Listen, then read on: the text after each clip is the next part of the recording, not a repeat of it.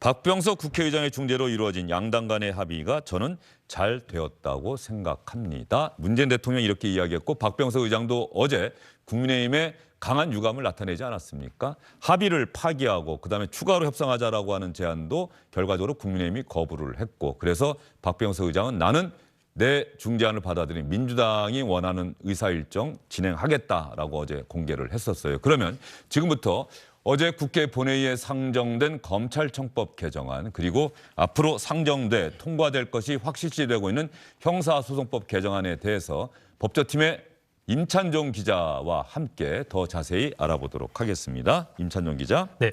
저희가 검수완박 법안이라고 쉽게 부르는데 네. 일단은 법안이 두 개인 거죠? 네. 검찰청법 개정안은 어떤 내용의 내용들이 포함이 된 겁니까? 검찰청법 개정안에는 임찬종 기자가 보시기에. 저기 이거는 임찬종 기자가 지금 옆에 최이배 비대위원회 전화기가 울리니까 이게 대전화인데 임찬종 기자 전화입니까? 대전화인데 최이배 의원님 집중해 주시기 바랍니다. 전화기 꺼주시고요. 죄송합니다. 집중해 주시기 바랍니다.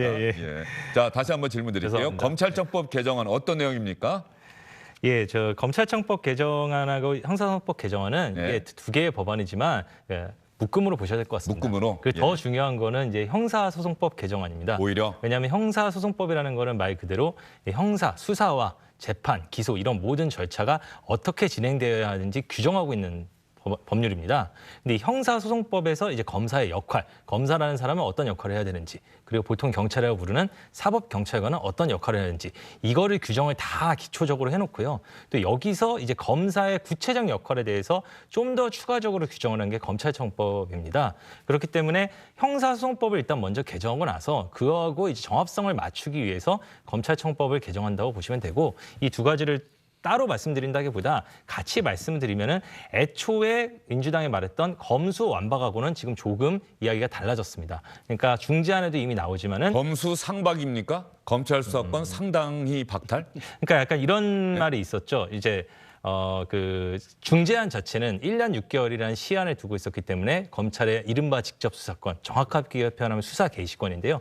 수사 개시권을 지금 지금 6개 중대 범죄에 대해서 허용되는데 즉각적으로 4개 중대 범죄에 대해서는 폐지를 하고, 그리고 부패 범죄하고 경제 범죄 이 두 가지에 대해서는 1년 6개월 뒤에 중수청이 만들어지면 폐지한다. 이런 내용을 담고 있었기 때문에 검수완박, 그러니까 검찰 수사권을 천천히 폐지한다, 박탈한다. 이런 말까지 나왔었는데, 근데 또 이번에 본회의에 상정된 법안은 또 이 두 가지 남아있는 두 가지 뇌물범죄가 아니라 경제범죄 그리고 부패범죄에 대한 검찰 직접 수사권을 언제까지 폐지한다는 법을 또 명시를 안 했기 때문에 국회 의견으로, 그래서 이거는 또 약간 애매한 거 아니냐 이런 말이 나옵니다. 그리고 부패와 경제 중이 아니라 부패 경제 등이 돼서 등은 항상 좀 넓게 해석되는 단어 아닙니까? 그렇죠. 이제 왜냐하면은 그렇기 때문에 사실 그것도 이게 굉장히 법안이 며칠 사이에 굉장히 많이 바뀌었기 때문에 보시는 분들도 헷갈리고 저희도 이거 파악하는데 애를 좀 먹었는데, 그 말씀하신 건 어떤 거냐면은 법안 법조문을 쓸 때, 자 그러면은 검사의 직접 수사권, 검사의 수사 개시권은 경제 범죄와 부패 범죄 중에서만 그 중에 하나에서만 해당을 할 것이냐, 아니면은 경제 범죄와 부패 범죄 등에 대해서 할 것이냐, 이렇게 조문을 어떻게 쏘느냐에 놓고도 상당히 논란이 있었는데 결과적으로는 통상의 입법 내에 따라서 이거는 중이라고 하는 건 조금 이례적인 것 같다. 그래서 등으로 갔습니다. 그렇게 됐을 때는 구체적으로 그럼 경제 범죄와 부패 범죄가 무엇을 말하느냐는 이제 대통령령으로 법무부에서 정할 수가 있거든요. 정확히 말하면 대통령이 정하는 거죠. 근데 그랬을 때 사실 민주당 측에서 우려를 했던 거는, 그렇게 하면은 윤석열 당선인이 집권한 다음에 이 등을 너무 광범위하게 해서, 그래서 원래 국회에서 생각했던 범위보다 훨씬 넓게 대통령령에서 검찰이 수사할 수 있는 범위를 넓혀놓는 거 아니냐 이런 우려도 있었지만, 이게 어쨌든 소위하고 또 이면에서 여야 간의 조율 끝에 이게 등으로 된 걸로 알고 있습니다. 그리고 사실 제가 너무 길게 말씀드려서 일단 끊고 가야 될 것 같은데, 더 중요한 거는 보안 수사권에 대해서가 가장 논쟁이 있었는데, 다시 한번 저 화면 보면서 얘기를 하겠습니다. 보안 수사권은 어떻게 본회의에 상정되는지. 자, 보안 수사권이라는 거는 굉장히 이것도 낯선 개념이실 텐데, 그러니까 한마디로 경찰관이 1차적으로 수사를 한 다음에 검찰로 사건을 넘기면 이걸 송치한다고 합니다.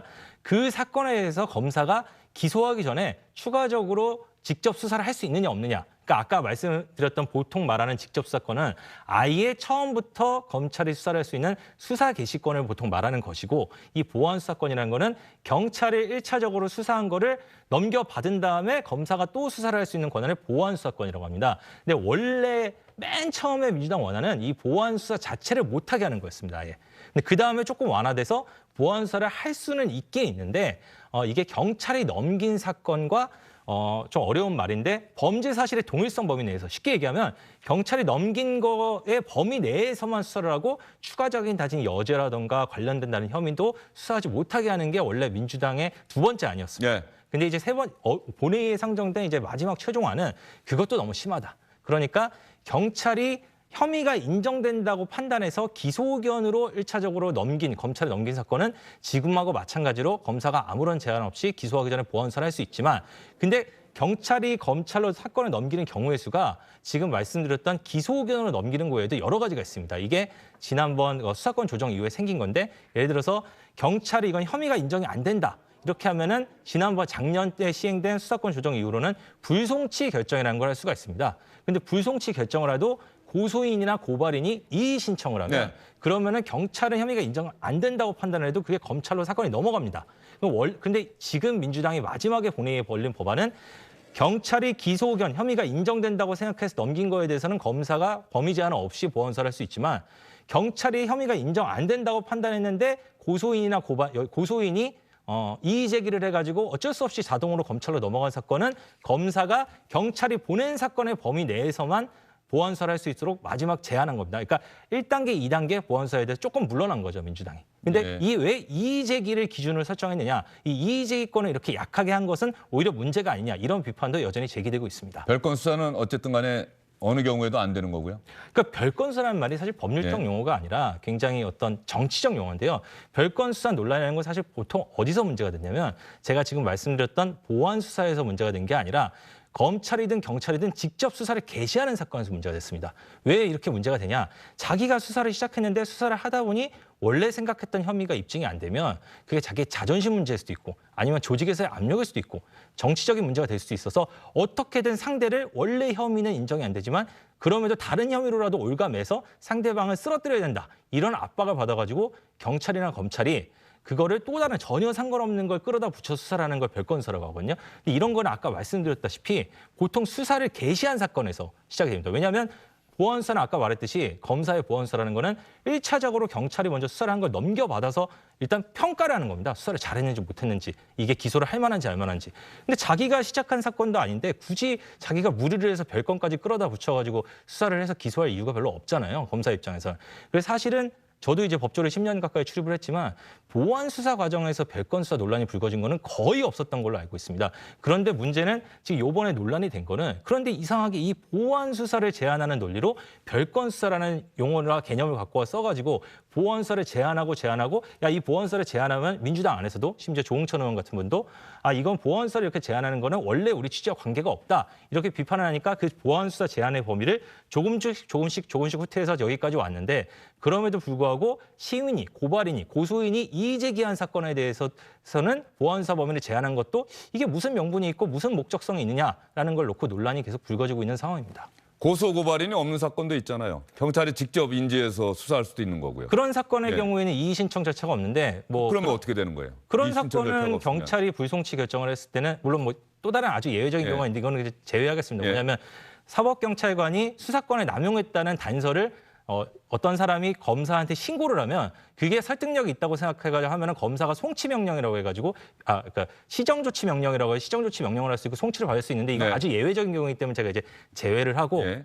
어쨌든 그러면은 대부분의 경우에는 그냥 불송치 결정으로 끝나는 거죠. 그런데 여기서 또 하나가 있습니다. 얼마 전에 지금 논란이 되고 있는 그 계곡살인 사건인가요? 그 이은혜 씨 사건인가? 그 사건 같은 경우는 어디에 해당이 될까요? 그건 고발이나 검찰에서는 이걸 네. 이번에 검수완박 법안의 문제점의 어떤 하나의 상징처럼 계속 강조를 하고 있잖아요. 그 사건 같은 경우에는 고소고발이 없었고요. 1차적으로 가평경찰서에서 수사를 했던 거는 변사 사건이었고 예. 그다음에 일산 서부경찰서가 추가 수사에 들어갔는데 그때도 이게 형식적으로는 고소나 고발이 아니라 예. 인지하는 형태로 수사가 됐기 때문에 이의 신청을 통해서 이게 불송치 결정에 대해서 할 건 없고 다만 이 일산 서부경찰서는 불송치 결정을 한 게 아니라 살인과 보험 사기 혐의로 검찰에 송치 결정을 했기 때문에 살인.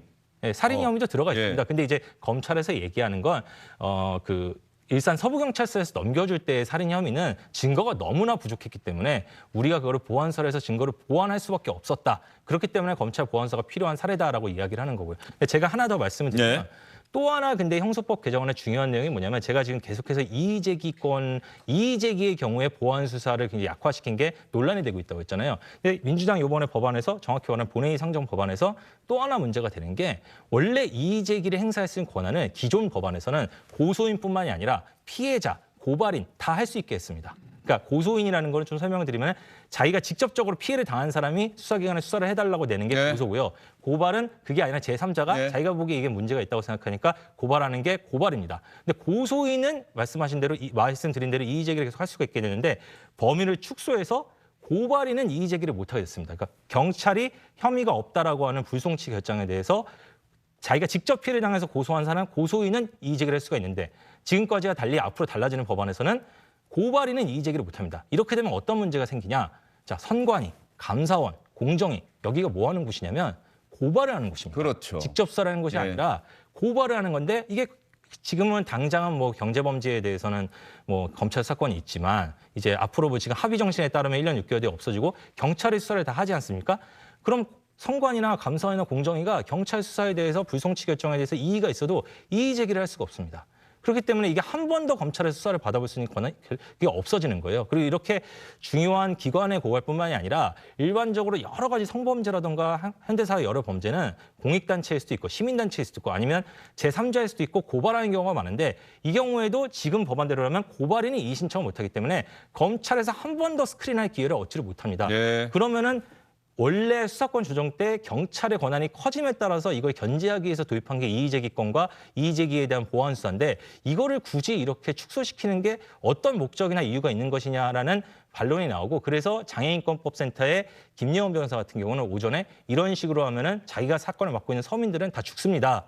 이런 식으로 굉장히 강하게 비판하는 글을 남기기도 했습니다. 지금 법조계 주변 변호사 단체라든가 법원에서도 그렇고 이 민주당이 추진하고 있는 이른바 검수완박 법안에 대해서 나는 찬성합니다. 우리 단체는 찬성합니다라는 데가 있습니까?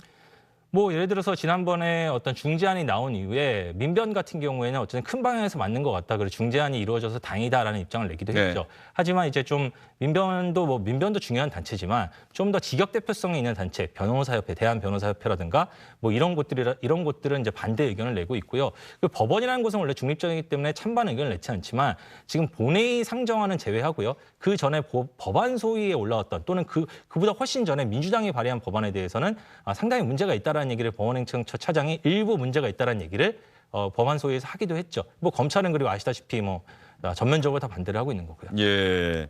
뭐 검찰이 자업자득인 측면도 있습니다만 어쨌든 간에 이번 법안에 대해서 강하게 반발하고 있는 거는 온 세상이 다 알고 있는 것이고요. 지금 임찬용 기자가 좀 이 상황이 복잡한 상황이다 보니까는 조금은 길게 설명을 해줬는데 결과적으로 보면 이 질문 하나 더 드릴게요. 국민의힘에서는 법사위 안건조정위원회와 법사위 전체회의에서 민주당이 상정해서 통과시킨 법안이 이게 잘못된 법안이다. 원래 오늘 본회의에 어제 상정했던 그 법안을 상정해서 통과시켰어야 하는데 급하다 보니 국민의힘이 반대한다고 하는 이유로 원래 민주당의 원안을 통과시켰던 것 아니냐. 박병석 의장 중재안 그대로 통과시켰던 거 아니냐. 다시 수정을 했는데 그런데 이번에 본회의에 또 상정을 한 법안은 그 추가로 박병석 의장 중재안 그 이후에 추가된 수정안을 상정을 해서 이걸 통과시킨다. 그러면 이거는 명백한 절차적 위법이다. 헌법재판소에 이거 우리가 문제 제기하겠다라고 하는데 어떻습니까? 그 문제는? 그거는 이제 국회법을 따져봐야 되는데 아마 그 본회의에서 상정한 다음 수정할 수 있는 조항이 있긴 할 겁니다. 근데 이거는 제가 뭐 국회법 전문가도 아니고 또 국회법이라는 게 사실은 일반적인 법률과 달리 이게 굉장히 적용되는 사례가 드문 사례라 이게 전문가라고 말을 하실 수 있는 분이 그렇게 많지 않습니다. 그래서 지금 어느 쪽 주장이 법률적으로 더 타당한지는 조금 지켜봐야 할 것 같습니다. 그거는. 그리고 임찬종 기자가 뉴스 보다 보니까는 OECD인가요? 거기에 이런 부패 범죄를 감시하고 전 세계 이런 단체가 있는데 그 기구의 대표가 지금 민주당이 추진하고 있는 이른바 검수완박 법안에 대해서 상당한 우려를 나타냈다 그런데 구체적으로 가장 어떤 부분이 핵심인 겁니까? 그러니까 일단 지금 공식적으로 하는 행위는 그 OECD, 우리나라가 OECD의 뇌물방지 국제협약이라는 거에 네. 협약 가입국입니다. 그런데 그 뇌물방지 협약이 그러면은 각 국가에서 잘 이행되는지 상시적으로 모니터하는 실무 기구가 있습니다. 이게 OECD의 뇌물방지 워킹 그룹이라는 그룹인데요.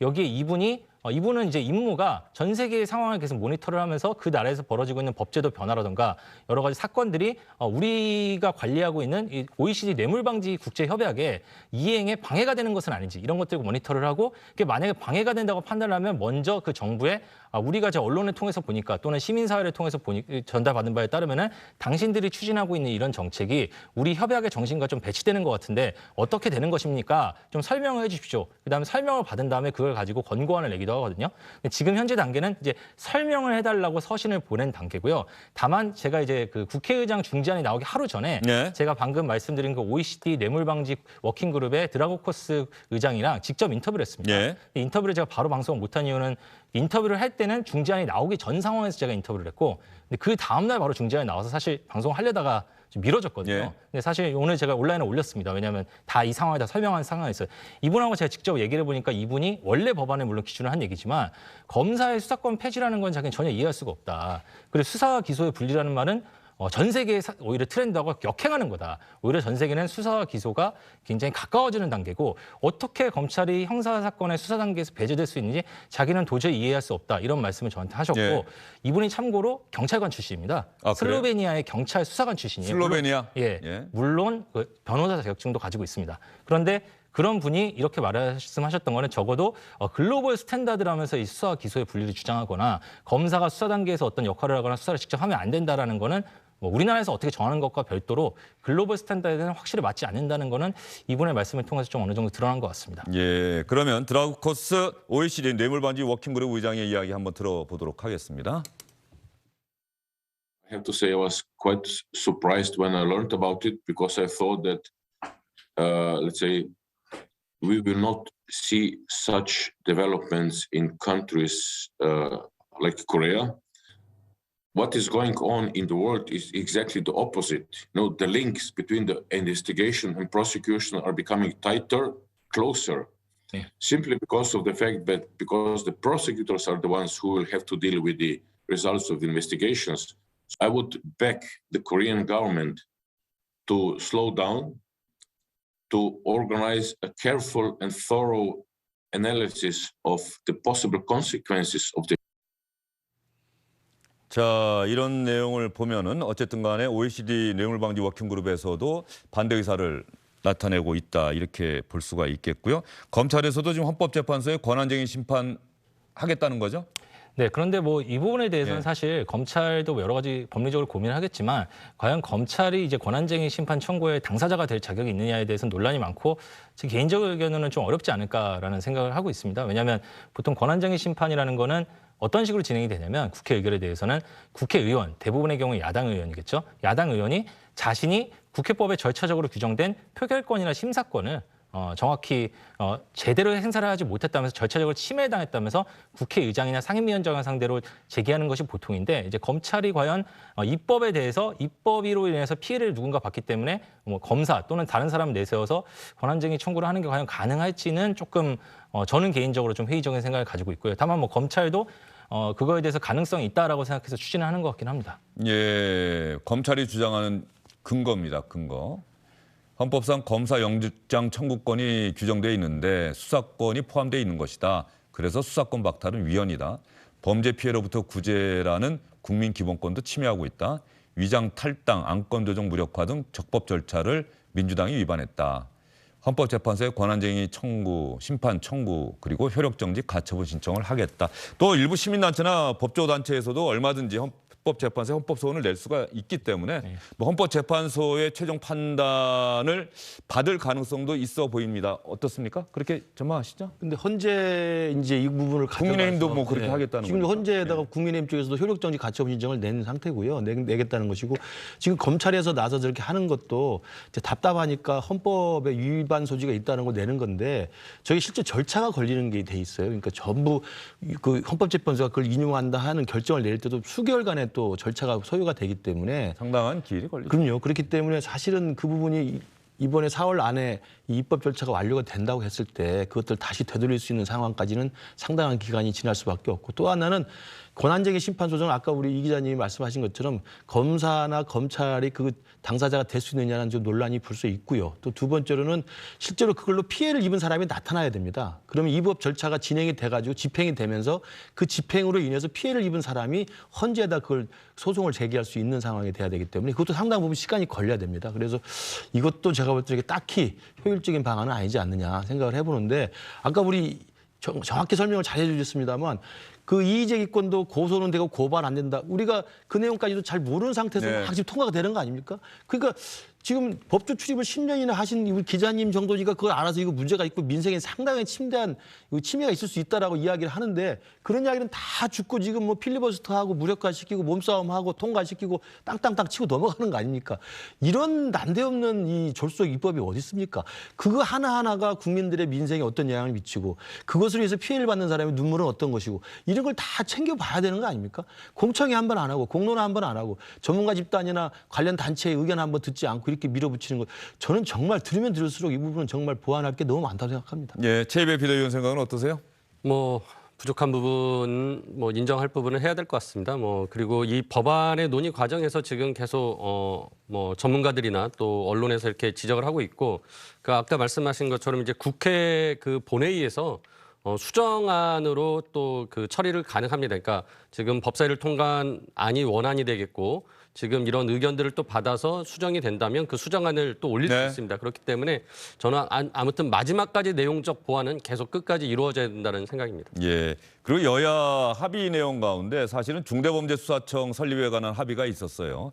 사법개혁 특위를 구성을 해서 6개월 안에 중대범죄수사청 설립과 관련한 법을 만들고 그로부터 1년 뒤에는 중대범죄수사청을 발족시킨다는 합의가 있었는데 이 합의는 사실상 깨진 상태에서 권성동 국민의힘 원내대표가 중대범죄수사청에 관한 합의는 이제 파기된 것이다라고 이야기를 했어요. 저희가 권성동 원내대표 이야기를 준비를 해놨는데 그렇게 된다면은 중대범죄수사청은 1년 6개월이면 발족할 것이다라고 하는 예상이 깨지는 겁니다. 물론 민주당이 단독으로 할 수는 있겠습니다만 이 중대범죄수사청이 발족되고 청장을 임명권을 갖는 것은 아마 윤석열 대통령이기 때문에 민주당이 과연 중대범죄수사청 설립에 대해서는 앞으로 어떤 움직임을 보이게 될지 권성동 국민의힘 원내대표 얘기 한번 들어보겠습니다.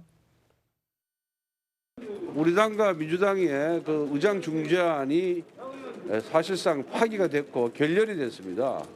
그렇기 때문에 민주당이 지금 일방적으로 소위 검수완박법에 대해서 강행 처리를 하고 있고 그렇기 때문에 그 중재안에 담겨 있는 나머지 무슨 사개특위 구성이라든가 이런 부분도 파기가 됐기 때문에 저희들은 그 사개특위 구성에 협조할 수가 없습니다. 중대범죄수사청이 발족하면 검찰의 모든 수사권은 다 없애고 중대범죄수사청이 중대범죄를 수사할 수 있도록 하고 그러면 사실은 지금 검사의 수사권이 박탈이라고 하지만 중대범죄수사청에 검사들이 가면 되는 거 아니에요? 원래는 그런 전망도 있었죠. 그러니까 이게 예. 사실은 이게 더 큰 얘기로 나아가는 예. 건데요. 그렇기 때문에 바로 수사지휘권이라는 부분의 문제가 지난번 그 검경 수사권 조정 때 폐지됐던 수사지휘권이라는 문제가 다시 등장할 수밖에 없는 겁니다. 왜냐하면은 지난번 검경 수사권 조정이 사실은 작년부터 시행이 됐지만 그 전에 문재인 정부에서 이루어졌을 때 대검찰청의 마지막 입장은 이거였습니다. 김웅 의원이 사실은 당시 대검 쪽 실무 담당자였는데, 그러니까 그러니까 직접 수사권은 다 폐지하거나 아주 그러더라도 수사 종결권하고 수사 지휘권은 검찰이 갖게 해달라. 이게 검찰의 입장이었습니다. 검찰의 경찰에 대한. 경찰에 대한. 왜냐, 이게 독일이나 다른 나라가 이런 경우가 많은데요. 결국에는 이게 수사권 자체는 수사를 이게 기본 논리는 이겁니다. 수사라는 거는 기소를 준비하기 위해서 그렇죠. 일관적으로 돼야 되는 작업인데 다만 기소권과 결합돼서 검찰이 모든 거에 대해서 실질적인 수사를 할 수 있는 실질적인 역량을 보유하고 있으면 너무 권한이 세지니까 실질적으로 수사를 하는 실무는 별도의 기관에서 사법경찰관이 수행하게 하고 대신에 이 사법경찰관의 수사를 좀 더 기소에 효율적으로 지휘를 하거나 또는 다른 기관에 있는 사법경찰관의 어떤 잘못을 통제할 수 있게 수사 지휘권은 검사가 가져야 한다는 게 지난번 수사권 조정 때 어떤 이제 마지막 그 대검측 입장이었는데 이게 탈락이 되고 오히려 6대 범죄에 대해서는 직접 수사권을 일부 보존을 하지만 수사지휘권과 권은 없애고 종결권은 경찰에 준다. 이런 형식으로 타결이 됐단 말입니다. 근데 이거의 문제점이 사실은 지난 1년 동안 계속 노출이 됐습니다. 근데 이런 와중에 이번에 어쨌든 법안으로 6대 범죄에서 2대 범죄로 줄어들고 중수청 법안이 나오면은 또 2대 범죄까지 없어지는 거 아닙니까? 이러면은 오히려 애초에 타협 과정에서 협상 과정에서 나왔던 또는 논의 과정에서 나왔던 수사 지휘권이라는 거의 필요성은 더 커지는 것 아니냐.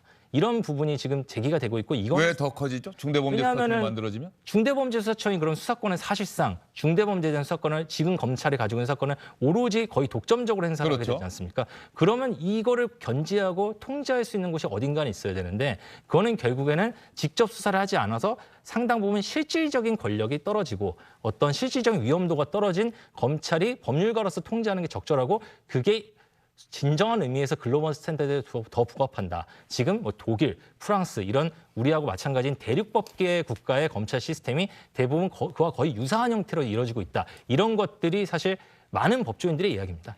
이건 예. 검찰만의 이야기는 아니고요. 예. 검찰의 수사권, 수사 지휘권을 박탈한다. 검찰의 힘을 빼야 한다. 무소불위의 권력이다. 검찰. 그래서 검찰의 이런 수사권을 폐지해야 한다는 것이 민주당의 생각인 건 알겠는데 전 세계적으로 지금 말씀하실 때 그 부분이 상당히 그 귀에 쏙 들어오네요. 수사를 하는 거는 수사 그 자체가 목표는 아니죠. 수사를 해서 이 사람은 정말 법을 어겨서 우리 국민에게 우리 사회에 심대한 피해를 준 사람인 만큼 우리 형법에 규정된 대로 재판에 넘겨서 처벌을 받도록 해야 한다. 그래서 다른 사람들로 하여금 같은 범죄를 못하게 하고 다른 사람들이 이런 범죄로부터 피해를 입는 것을 막아야 한다라고 하는 것인데 결과적으로 민주당의 논리는 일반 형사사건, 민생범죄가 아니라 사실은 특수수사와 관련된 것이겠죠. 네. 그동안 검찰이 행해왔던 뭐 고위공직자라든가 국회의원에 대한 정치인에 대한 검찰의 특수수사가 검찰이 자신들의 권력을 과시하는 그런 하나의 수단으로 마구 써왔고 그걸 통제하지 못했는데 국민들로부터 선출된 권력인 우리가 그걸 통제해야 한다. 그 논리 아닙니까? 그러니까 그 논리로 지금까지 그 검찰 개혁 이름으로 5년 동안 해온 거 아니겠습니까? 그런데 제가 누차 말씀드리지만 검찰이 갖고 있는 권한이 과도하다. 그래서 힘을 좀 빼겠다. 그런 맥락에서 공수처도 따로 떼서 만든 거 아닙니까? 그리고 검경 수사권 조정해서 또 경찰한테 준 거 아니겠습니까? 근데 이제는 완전히 뺏어가지고 가져가겠다는 것인데 어디로 갈 것인지에 대한 논의도 아까 말씀 계속 하신 것처럼 구체적인 세부 항목에 들어가면 논의할 게 너무너무 많습니다. 검찰이 문제가 있으면 그러면 경찰은 문제가 없습니까? 제가 말씀드린 것처럼 쓰레기차 피하다가 똥차에 치이는 격입니다. 검찰이 나름대로 갖고 있는 노하우와 역량과 수사 역량이란 게 있는 건데 경찰한테 가져가서 이 부분을 검찰 것만 뺏어오면 된다는 식으로 문제를 풀어버리면 정말 이것은 자기들이 갖고 있는 정치인으로서의 검찰의 수사에 대한 어떤 불안감 이것들 회피하기 위해서 민생을 판개치고 그냥 밀어붙인다는 생각밖에 되지 않는 거예요. 이런 중대한 사법 대한민국 형사사법 시스템의 근간을 흔드는 내용에 대해서는 이렇게 졸속으로 하는 경우가 어디 있겠습니까? 그래서 검찰의 힘을 빼는 거 오케이 동의한다고 생각할 수 있습니다. 그건 빼서 어디로 분산시킬 것인지 그리고 다시 주는 이 기관에 대한 또 하나의 특권이나 과도한 권력의 집중이 없는 것인지 그분은 어떻게 견제와 균형 장치를 만들 것인지 다양한 논의를 해봐야 되는 것이죠. 민주당은 경찰 그리고 검찰은 앞으로 만약에 수사권이 완전히 없어지면은 뭐 공소청이 될지는 모르겠어요. 검찰이 아니라면 그냥 있을지는 모르겠는데 검찰 그다음에 고위공직자 범죄 수사청 혹시 만들어질 수도 있는 중대범죄 수사청 이렇게 여러 개의 수사기관이 있으면 상호간의 견제가 가능하니 그러면 상호 견제하다 보면은 이렇게 그 어느 한 기관이 무소불위의 권력을 행사하기가 어렵게 될 것이고 그것이 국민들에게 도움이 될 것이다. 뭐 이런 논리 아니겠습니까? 예, 맞습니다. 그러니까 지금 검찰이 가지고 있는 이제 수사권과 기소권 뭐 그리고 재판을 유지하는 공소유지권 등등 이제 굉장히 많은 권한을 가지고 있죠. 그래서 그 부분이 어떻게 보면 검찰이 그동안 그것을 이용해서 특권화되고 기득권화되면서 정치 검찰로서 아까 말씀하신 이제 뭐 특수수사, 예를 들어서 고위공직자 수사나 또는 재벌 수사나 이런 것들에 대해서 제대로 하지 않고 때로는 뭐 봐주기도 하고 뭐 여러 가지 정치적 또 거래를 네. 하는 그런 상황들이 있었기 때문에 이제 이거를 어떻게 고칠 것이냐의 문제였고, 그 가장 좋은 방법은 결국 권력을 집중을 분산시키는 것이다. 그래서 권력을 나누는 것이고, 말씀하신 대로 공수처나 중수청 같은 것들을 계속 권한을 나눠서 줌으로써 서로 견제할 수 있는 구조를 만든다라는 것이 가장 중요한 원리입니다. 그래서 이 부분에 대해서는 솔직히 이거는 민주당만의 주장이 아니었고 네. 지난번에도 말씀드렸다시피 권성동 원내대표도 수사 기소에 대한 분리를 법안까지 내신 분입니다. 그리고 윤석열 당선자도 수사 기소의 분리에 대해서는 동의한다고 인사청문회 때 말씀하셨거든요. 그래서 그런 측면에 있어서는 지금 어떤 원칙은 지켜가야 된다라는 부분이고, 다만 그 과정에서 뭔가 너무 조급하게 한다거나 내용적인 보완이 필요한 부분들은 아무튼 끝까지 저는 잘 챙겨서 해야 된다고 생각을 하고요. 지금 그 앞서서 이제 그 권성도 원내대표가 합의가 파기됐기 때문에 사법개혁 특위를 만들지 않고 또 중수청도 되지 않을 거라고 지금 일방적으로 지금 얘기하고 있습니다. 하지만은 민주당은 지금 의장의 중재안을 계속 유지하기 위해서 노력을 하고 있고요.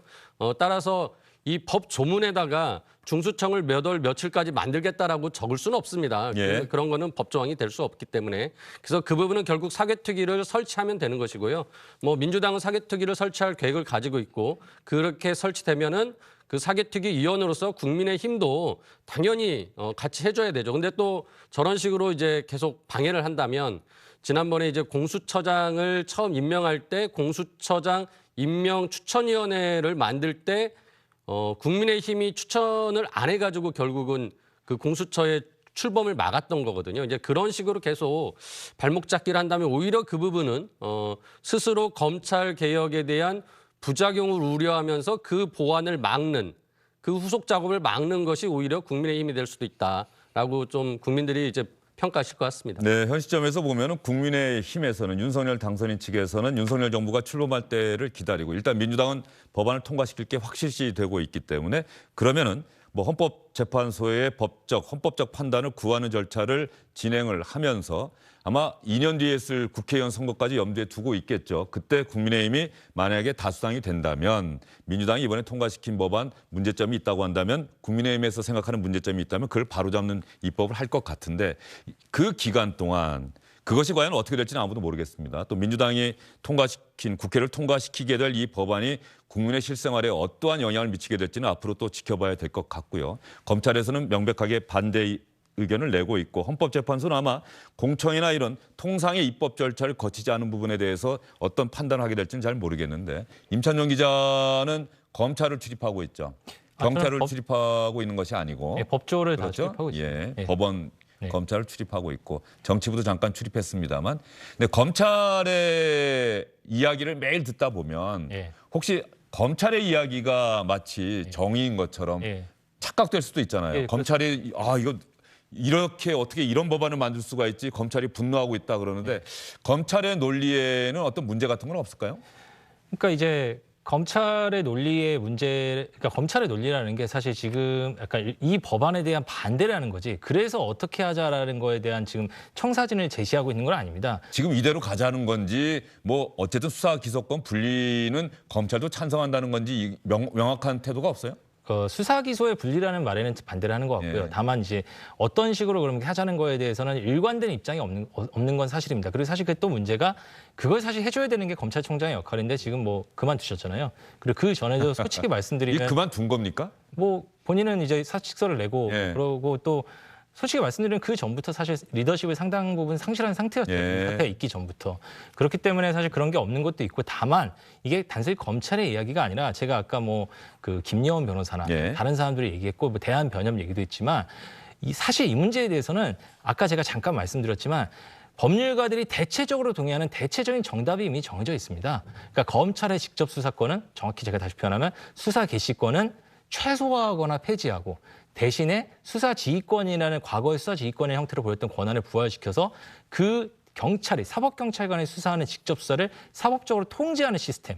이것이 우리가 나아가야 할 방향이고 네. 이것이야말로 글로벌 스탠다드라는 거에 대해서는 거의 대다수의 형사적 실무를 하는 법률가들이 대체적인 의견을 보고 있습니다. 근데 다만 거기서 그러면은 검찰의 수사 개시를 어느 정도 범위까지 어떻게 인정할 것이냐. 그리고 이걸 인정하는 방식은 어떻게 될 것이냐. 그리고 수사지휘권은 어디까지 어떻게 행사할 것이냐. 이런 디테일에 있어서 차이들은 다 있지만 제가 지금 말씀드린 부분은 제가 이건 자신 있게 말씀드릴 수 있는데 형사 실무라는 대부분의 법률가들이 대체적으로 동의하고 있는 대안입니다. 근데 사실 제가 이제 법조 출입 기자, 저는 정치는 잘 모르고 정치부 출입 기자가 아닌데 잠깐 말씀드렸지만은 이제 안타깝게 생각하는 거는 이런 정답이 어떻게 보면 정답이 어느 정도 나와 있는 문제에 대해서 법조계에서 일치된 어떤 의견들이 의견이 있는데 있는 문제에 대해서 예. 이 정답과 상관하는 방식의 어떤 것들이 이렇게 사회적 큰 논란이 되고 그 방향으로 이런 에너지를 써가지고 개혁이 이루어지고 의견 수렴 있는 게 절차를 거치지 않고 예, 그게 제가 보기에는 저뿐만 아니라 많은 법조계에 있는 사람들이 저는 법조계에 있는 사람 아닙니다만 그런 사람들이 안타까워하고 있는 부분인 것 같습니다. 알겠습니다. SBS 법조팀의 민완 기자, 임찬종 기자의 이야기를 들어봤습니다. 여러분께서는 또 어떻게 들으셨는지 궁금합니다만 임찬종 기자가 상당히 자세하게 정확하게 설명을 해주신 것 같아요. 오늘 말씀 잘 들었습니다. 안녕하십니까, 주영진입니다. 더 많은 뉴스와 라이브 이벤트를 보고 싶으시다면 화면 오른쪽을 눌러서 구독해 주시기 바랍니다. 저희 SBS 앱을 다운로드 받으시면 뉴스 속보 알림도 받아보실 수 있습니다. 텔레비전으로도 SBS 뉴스, 유튜브로도 SBS 뉴스 잊지 마시기 바랍니다.